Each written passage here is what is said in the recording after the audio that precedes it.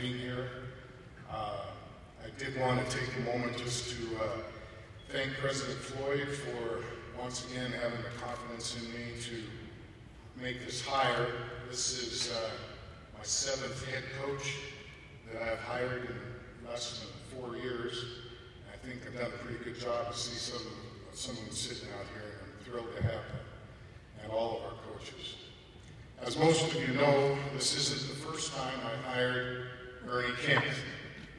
I remember my second year at Oregon, 1996, and we're having a Hall of Fame induction, and one of the kamikaze kid teams from Dick Harder's era was being inducted into our Hall of Fame. And they were all there, all came back, and their spokesman was Ernie Kent. And I sat there, and Kendra was sitting by me, and I'm thinking to myself, this guy is coaching down St. Mary's. He is so tremendously articulate, great dresser, classy. If he can coach a lick, I want to talk to him one of these days. I don't know if you remember that, Ernie.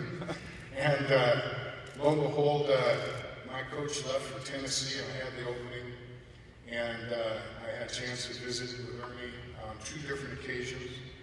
Was very, very impressed, and I remember thinking at the time, I'm going to take a chance on this guy. He hadn't coached in the big time, but he had just gone to the NC2As and won the conference championship at St. Mary's, so I hired him. And in our 10 years together, pretty remarkable. The first outright conference championship, Pac-10 then, since World War II. 2 Pac-10 tournament championships, 5 trips to the NC2A tournament, 2 Elite 8s out of those, 2 Final Fours at the NIT, Pac-10 Coach of the Year, 4 NBA first-round draft choices. Pretty remarkable.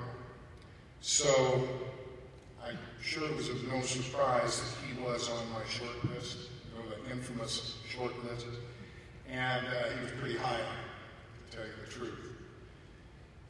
Because I know firsthand that Ernie Kent can coach, I know he can recruit, I know that he graduates his players, I know that he molds men out of young men and teaches them more than just basketball. I know he's loyal, I know he's great in the community, and most of all, I know he's a winner. So when we wrapped up our discussion just a few days ago, and I knew I was going to offer the job, I told Ernie, and I'll never forget it, Ernie, I've got something that you want in me, and you've got something I want in me. Let's get it done. Ladies and gentlemen, 18th basketball coach at Washington State University, Ernie Kent.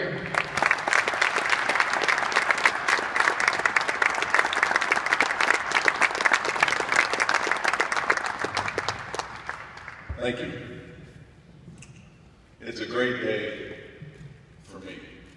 And I hope it's a great day for you, and especially I hope it's a great day for all of you players sitting over there. And I say that because I have missed the game tremendously these last 4 seasons.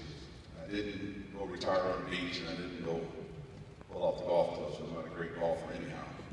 But what I did was went to work to rebrand Ernie Kent. I went to work to become one of you out there in the media.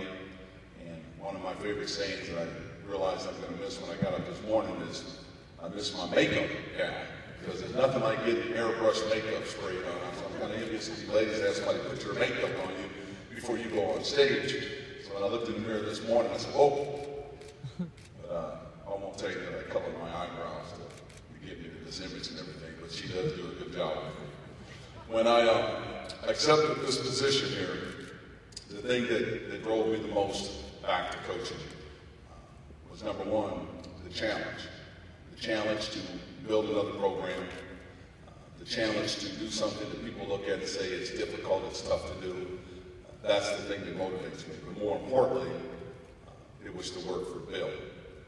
Because in our profession, as coaches, we talk about three different types of athletic directors.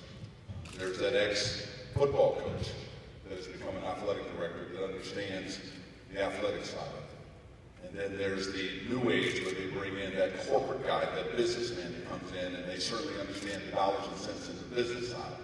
But the best athletic director is the combination of both, has played the game, has been involved with the sport, understands the business side of it as well, and that's what you have here. It's the reason, the number one reason that I'm sitting here is my relationship with him, my belief in him. And it wasn't too long ago that we sat in Eugene and we walked in a building that was filled with energy. And it just seemed like everything was in motion in the building. You could just feel it. And I feel like you have that same energy here within your athletic department, within your athletic programs. And it's going to be an honor to be a part of that. Joining me today is my daughter, Mackenzie. I think she's as excited as I am to have this opportunity. My sister, Peggy, is here today also. Mackenzie's moving to Seattle. Peggy lives in Tacoma. And her daughter, Jada, who's just so happy to be there because she doesn't have to be in school today. And do you have your cell phone turned off? Yeah, okay. I made them leave their phones in the locker room because, you know, you're dealing with a different generation to where they want to tweet and Facebook everything and talk on cell phones. And I told this team just recently, I've not had a team yet that hasn't been an outstanding defensive team too. People always talk about our offensive system, and to do that, you have to be able to communicate. In this generation where young people tend to want to communicate, you cannot play defense, tweet at each other on weak side help. You have to use your verbals and you have to talk. So there's a lot of lessons to be learned for both of us. And I've watched this team for 4 years as I've sat on that side in front of the zoo crew over there and in front of the cage over there. And I've had an opportunity to see their talent. I've had an opportunity to see their confidence. And I am fully confident that you have a winning basketball team sitting there. And my job is to bring that out of them, and I fully intend on doing that. But probably the biggest thing that I can do for all of them is what happened to me the day Oregon let me go. And it was a memorable day because, number one, my son's approach to it when he says, Dad, I thought the lessons of the life are going to be learned in the living room, which you taught them in the locker room. But more importantly, it's when my phone started blowing up and those calls were coming from all over the world from those former players. The winning and losing will take care of itself. But if I've got relationships with you guys 10, 15, 20 years later, then I've done something right here. And I fully plan on having those types of relationships because this is about building championship people as much as it is about building championship programs. With that, I'll take your questions.